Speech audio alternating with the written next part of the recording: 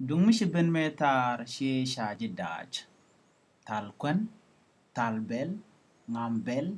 jekandial, tele jigda. Like now, gorio to di jigdu mangwa di kwan chawa. Dung mishi ben metar she chaji daj. She chaji talkwen, she chaji talbel, she chaji ngambel, dai jekandial, tele jigda. De jigdu kula mandian. Jigda ngam bel chia charge ngam bel chao chia charge talkwan according to Rajan Lalat ke Anwar. Okay, wana gumano dian cha nyolaro kwani man gwana jan kwany ni man gwana jan nyal sheben pan pan sheben nyal sheben nyal pan ben nyal pan che kendial goka nyal sheben pan jala correct ki jala jegan tokona wana gamudo dian ga daj mi chatal dormi gwa ya ga daj mi chatal dormi gwa ya okay tinga ngam kwa main tap teleje jek de kula tal tinga de kula ngam no kwa ki de ngam no ngam kwa ki de da main tap ki teleje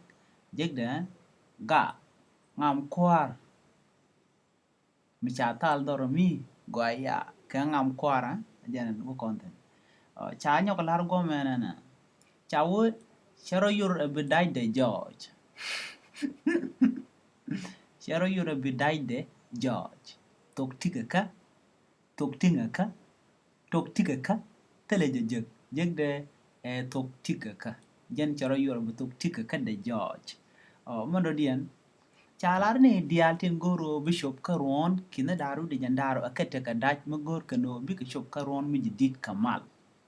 chalar ne dialtin goro bishop karon kina daru de jandaro akete ke daj magor kano bi bishop karon mi di jidit kamal che awe no kamne ken nyir kamne ken akete ka pelaka kamne ken kan dial goka gwana a kanesha so jegde a kanesha so anyway thank you chilar ko shala ben ka gome jan wona dan di yan kan ke kwa the tournament thank you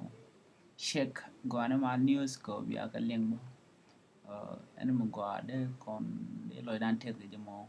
bene ja ko to ba jinong ye kwa te kama